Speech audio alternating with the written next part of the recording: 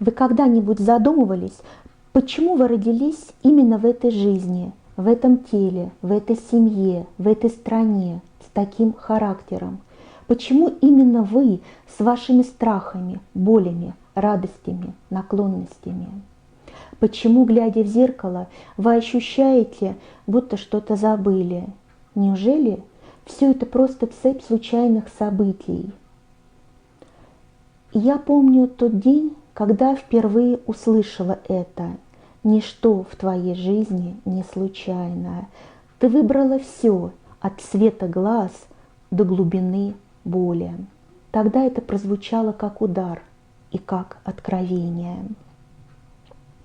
Когда мы смотрим на свое тело, на свою судьбу, на свою жизнь, кажется, будто все навязано извне. Нас поместили сюда, мы ничего не помним, просто плывем по течению, но за поверхностью есть нечто глубже, немного глубже, намного глубже. Душа не просто оказывается в теле, она выбирает его. Она просматривает всю грядущую жизнь, как кинопленку. Радости, взлеты, предательство, потери, откровения. И говорит: я иду. Именно об этом я хочу вам рассказать.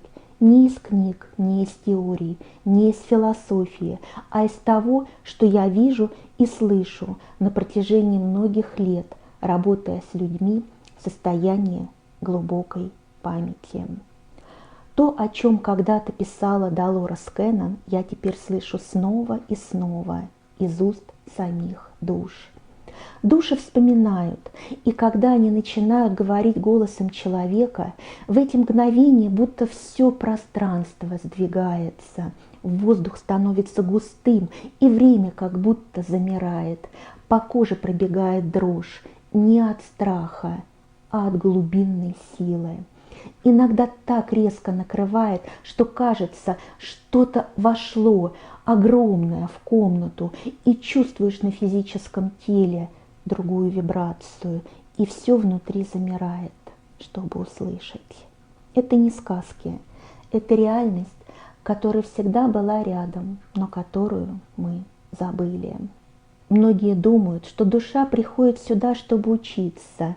Да, это так, но еще чтобы вспомнить, зачем пришла, вспомнить, кто она. И этот путь начинается не с рождения, он начинается задолго до первого вздоха. А где душа была до того, как родилось тело? Где начинается ее путешествие? Что она чувствует в тот момент, когда еще нет ни имени, нет плоти, нет даже времени? Представили? Что, если все начинается с пустоты? Но это не страшная пустота, а абсолютный покой, пространство вне пространства. Именно туда я приглашаю вас заглянуть. Если душа выбирает жизнь, как она это делает? Кто ей показывает варианты? Что влияет на ее выбор? Тишина, пространство между мирами. Нет времени, нет тел, есть только осознание. Я есть. Душа словно зависает в безвременной точке, в состоянии, которое невозможно описать земными словами. Там не темно и не светло, там просто есть все. И это не фантазия, это то, что снова и снова описывают люди на сессиях регрессивного гипноза по методу Долорес Кеннон. Это то, что вспоминают души, когда им позволяют говорить. Именно так в этой пустоте начинается выбор не с приговора, не с наказания, а с абсолютной свободы.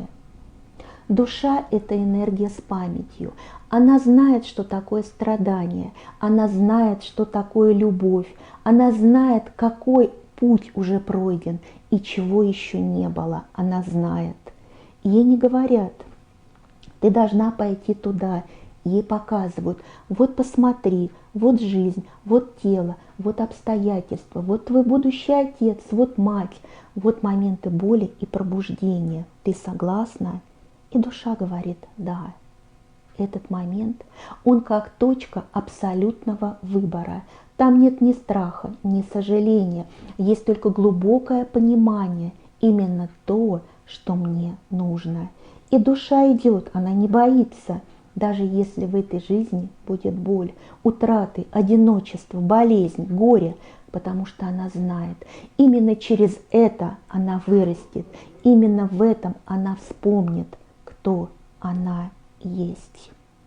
Долорес Кеннон десятилетиями слушала голоса душ. Она не искала фантастику, она просто задавала вопросы. И души отвечали. И то, что она слышала, подтверждалось снова и снова, независимо от возраста, от пола, от культуры, от религии. Все говорили об одном. Мы пришли по своей воле, мы выбрали этот путь, и мы знали, на что мы идем. Но если душа так мудра, почему она выбирает страдания? Почему соглашается на трудную жизнь, на разрушенное тело, на жестокую семью, на потери, на боль, на одиночество?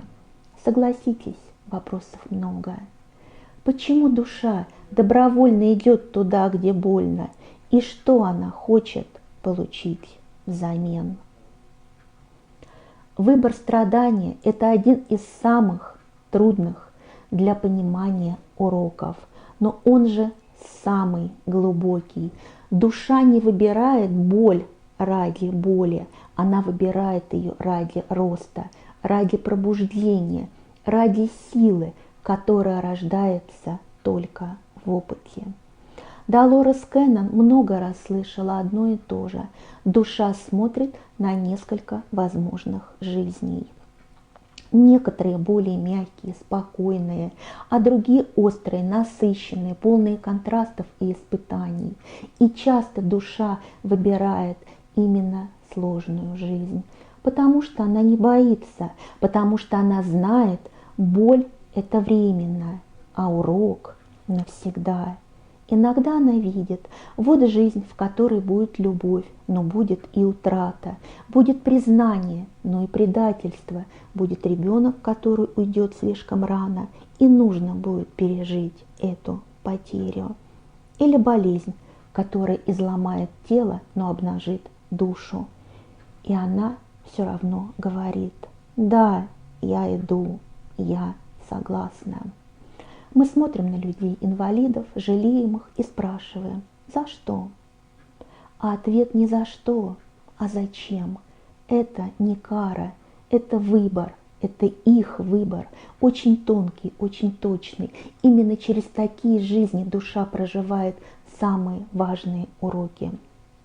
Сострадание, прощение, стойкость, безусловная любовь. Иногда душа соглашается быть зеркалом, прийти к родителям, которых она ранит своим присутствием, не потому что она хочет их наказать, а потому что хочет отразить, показать и дать шанс увидеть себя. Это не месть, это контракт, кармическое соглашение, заключенное еще до воплощения.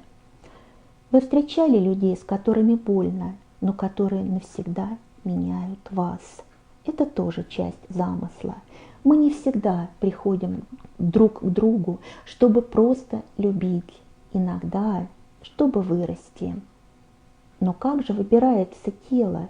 Почему одни рождаются с идеальным здоровьем, а другие с ограничениями с первых минут жизни? Неужели и это часть выбора? Неужели душа выбирает даже физические страдания? Как она решает, каким будет ее тело?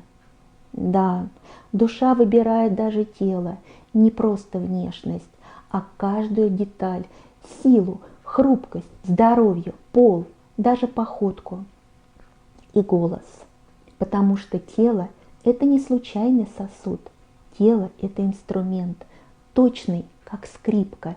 Через него душа будет учиться, выражаться, передавать свои вибрации в материю. Иногда ей показывают сразу несколько тел, разные параметры, разная среда, разный потенциал, и она выбирает то, через которое сможет пройти нужный опыт не самый легкий, а самый точный. В сессиях по методу Долорес Кеннон души рассказывают: я знала, что мое тело будет болеть, я видела ограничения, но именно через это я пройду то, что иначе невозможно. Выбор тела всегда акт мудрости, а не наказания. Иногда душа выбирает тело, отвергаемое обществом, с особенностями, с диагнозами, с физическим страданием, потому что в этих условиях рождается сила, которую не создашь ни в какой другой жизни. Такие души становятся точками трансформации не для себя, не только для себя, но и для всех, кто рядом. Другие выбирают внешнюю красоту, но и это испытание, потому что за обожанием может скрываться одиночество и ощущение, что тебя видят, но не чувствуют. Особенно тонко выбирается пол, потому что это не просто биология, а разный опыт. Женское тело дает один путь чувств, а мужское – другой. Иногда душа проходит несколько жизней подряд в одном опыте, например, в женском теле, чтобы глубоко прожить весь спектр чувств, привязанности, интуиции, уязвимости или силы, или слабости, а потом приходит в мужском теле, и возникает внутренний конфликт. Я не узнаю себя, это не мое. Но это не ошибка, это переход, это возможность раскрыть себя в непривычных рамах, без опоры на форму, на тело, а только на внутреннюю суть. Один человек как-то рассказал мне: с детства я чувствую, что не в своем теле, как будто я не я, а потом в сессии душа объяснила. Это была договоренность, контракт и одновременно шанс. Шанс научиться быть собой вне форм, вне пола, вне ожиданий. И да, тело – это проводник. Оно ведет нас туда, куда не дотянется ум. Оно реагирует быстрее, чувствует глубже, в нем голос души. Но что происходит дальше, после выбора тела, пола, среды? Как душа входит в эту реальность? И почему иногда беременность прерывается? Вот такой вот вопрос. После того, как душа выбирает тело, среду, семью, страну, она не бросается в свою предстоящую жизнь сразу. Ее никто не толкает, ее сопровождают. Все происходит с точностью и любовью, которую трудно описать словами. Сначала душа спускается в тонкие слои реальности. Она еще вне тела, но уже рядом. Она наблюдает за будущими родителями, как бы присматривается к ним. Она чувствует их энергию, их страхи, их радости, их сомнения. Душа словно сканирует, готовы ли они принять меня, смогу ли я выполнить свою задачу в этом поле. Иногда душа входит в плоть сразу, иногда позже. А бывает и так, что она отступает, передумывает, потому что вибрации изменились, потому что обстановка больше не соответствует контракту. В таких случаях беременность может прерваться. Не как трагедия, а как корректировка. Это может быть выкидыш, замерзшая беременность или даже рождение мертвого ребенка. Жестоко, но это жестоко только с человеческой точки зрения. А с точки зрения души это завершение на энергетическом уровне. Это миг, ради которого душа приходила. Бывает, она возвращается к тем же родителям позже, а бывает, уходит совсем, совершенно в другой сценарий. Все зависит от тончайших вибраций. Душа соглашается окончательно только тогда, когда пространство готово, когда все внутри говорит: теперь можно. Тогда начинается путь без обратного билета. И именно в этот момент начинают активироваться связи, начинаются встречи, о которых вы никогда не узнаете, но которые изменят вашу судьбу.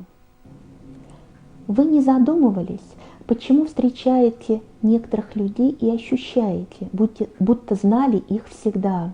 Почему один взгляд пробуждает в вас какие-то непонятные воспоминания, как будто из другого времени, другой жизни?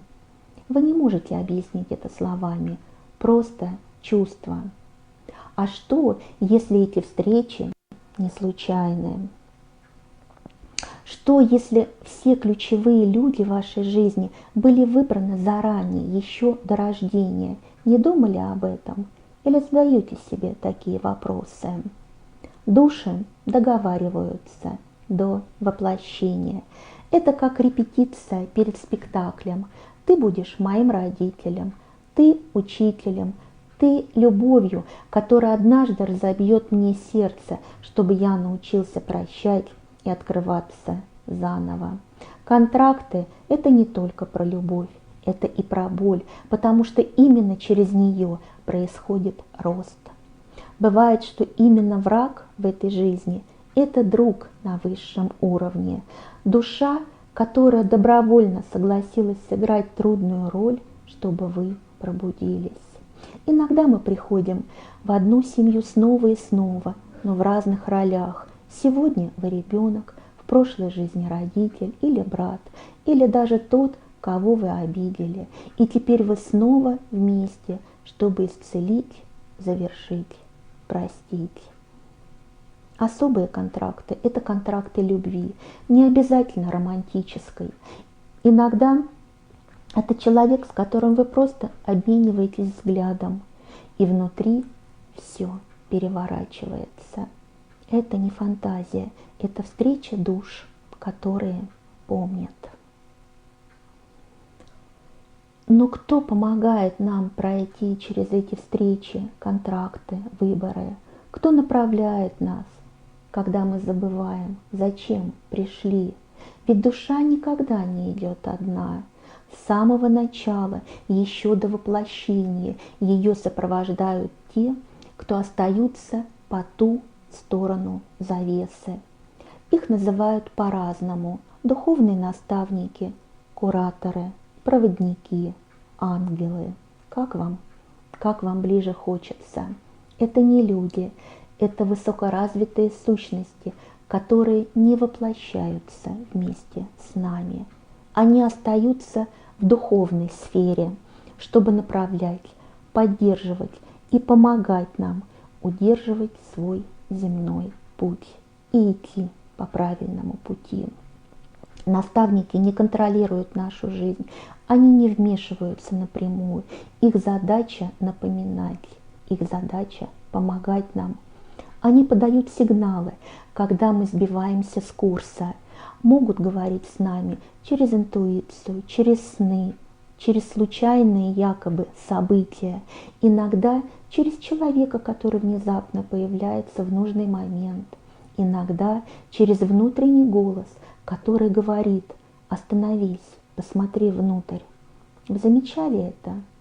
Бывают моменты, когда вы вдруг избегаете беды, хотя логически это невозможно, или открываете книгу и прямо на нужной странице находите ответ, или слышите чьи-то слова и чувствуете, будто это было сказано специально для вас. Это не случайность, это тонкое вмешательство, это они. А у вас были такие моменты? Поделитесь в комментариях. История, когда все складывалось слишком точно, чтобы быть просто совпадением. Если внутри отзывается, поделитесь. Такие истории могут откликнуться кому-то еще и кому-то помочь. На сессиях по методу Долорес Кеннон люди часто описывают: я чувствую, что кто-то рядом, как будто кто-то стоит за моей спиной. Или в самые тяжелые моменты мне казалось, что кто-то меня держит, хотя рядом никого не было. Это не воображение, это чувство, это интуиция. Наставники ощущаются как очень близкие, теплые, иногда родные. Возможно, у вас и правда была с ними связь в других жизнях, в других измерениях, но в этой жизни они не воплощаются. Они остаются в духовной реальности, чтобы вести вас издалека, чтобы помогать вам. Помните об этом и всегда просите помощи, потому что они рядом. Их энергия мягкая, но мощная, безусловная. У них нет целей, кроме одной – помочь вам, помочь всегда, помочь вам не забыть, кто вы есть.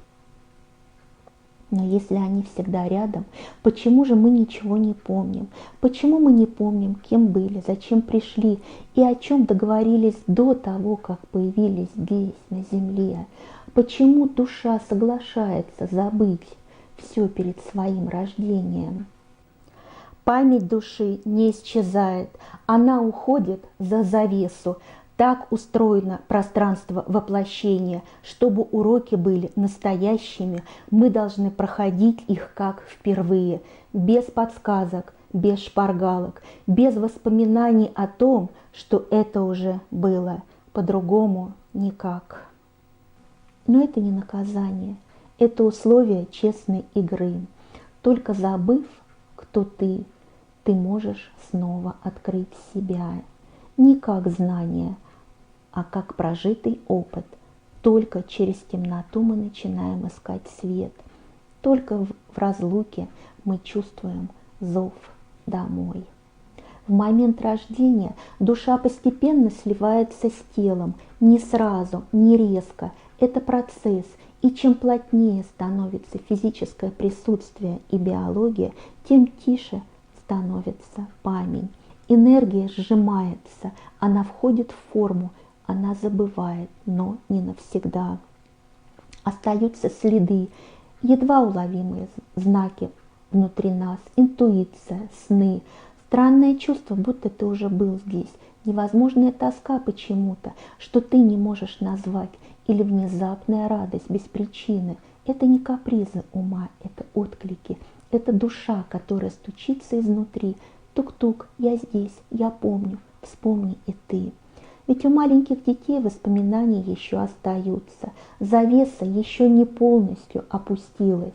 Наверняка многие из вас сталкивались с такими моментами, когда ребенок вдруг начинает рассказывать странные истории о местах, в которых он никогда не был, о людях, которых вы не знаете, о событиях, которых просто не могло быть. Вспомните, может и у вас такое было. Часто мы отмахиваемся, да это все фантазия, это ерунда.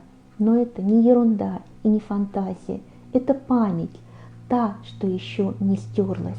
Существует граница. Будьте внимательны к историям своих детей. Иногда в них звучит больше правды, чем нам кажется. К некоторым приходит осознание, что не все заканчивается физическим миром. Есть нечто большее, то, чего мы не можем объяснить и понять. Но пробуждение не приходит по расписанию. У одних оно случается в детстве, у других в 40, может быть в 60 лет, у кого-то после потери, предательства, болезни, после тяжелых событий жизненных. В момент, когда все рушится внешне, и ты остаешься наедине с собой, тогда душа начинает говорить громче. Ты вдруг чувствуешь, так больше нельзя, я должен жить иначе. А как понять, что ты идешь своим путем, что ты действительно следуешь тому, на что согласилась твоя душа? Вы задаете себе такие вопросы? Какие признаки говорят о том, что вы на своем истинном пути? И что делать, если кажется, что вы сбились с него? Самый надежный ориентир – интуиция. Она никогда не кричит, она не спорит, она шепчет тихо, но точно. Это то внутреннее чувство, которое говорит «я на своем месте», даже когда вокруг все рушится, даже если нет денег, поддержки, здоровья, но внутри спокойно, как будто ты стоишь на правильном пути, на правильной линии времени. А бывает наоборот, снаружи все хорошо, все устроено, но внутри тревога, пустота, страх, словно ты носишь чужую жизнь. Это и есть сигнал, ты отклонился, ты забыл. Но душа не осуждает, она просто начинает звать. Сначала мягко, через неудовлетворенность, потом громче, через какие-то жизненные события, иногда через кризис. И если ты продолжаешь не слышать, она может стучать уже через тело. Усталость, апатия, потеря смысла, болезни. И это не наказание, это способ остановить, чтобы ты снова посмотрел внутрь. Тело – это последняя инстанция души для доставки нам послания, потому что человек может понять иногда только через боль. Ведь когда болит, мы же это точно замечаем. Но и тогда люди не задают себе вопросов. Об этом я рассказывала в видео. Тело знает все. Посмотрите обязательно. Еще один знак, что ты на своем пути – это радость без причины. Бывает, ты идешь по улице, и вдруг покой, свет, воздух становится легче, все словно правильно. Это момент соединения, это душа говорит: ты здесь, где нужно. Обращайте внимание на это. И бывают встречи, тот самый взгляд, та самая фраза, вспышка узнавания. Это тоже она, душа напоминает: ты не один, все идет по плану. Иногда, чтобы вернуться к себе, нужно пройти разрушение, утраты, разводы, увольнения, сломанные жизни. Но это не конец, это точка перезапуска, потому что настоящая жизнь начинается тогда, когда ты спрашиваешь сам себя: зачем я здесь, что делаю? И слышишь ответ не умом, а сердцем. И даже если вы чувствуете, что все пошло не так, знайте, не поздно, никогда не поздно вспомнить, никогда не поздно развернуться. Мы приходим сюда не для страха, не для выживания, а чтобы вспомнить, кто мы есть на самом деле, почему выбрали именно это тело, эту судьбу, этих людей, этот мир.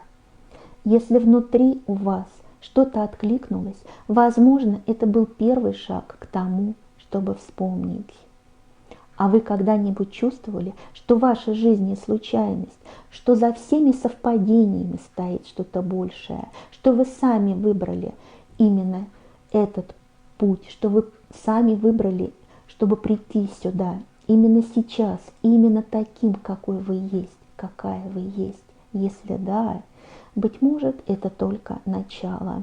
Если вам откликается то, о чем я говорю, оставайтесь. Впереди будет интересно, это я вам обещаю. Оставайтесь, путь только начинается.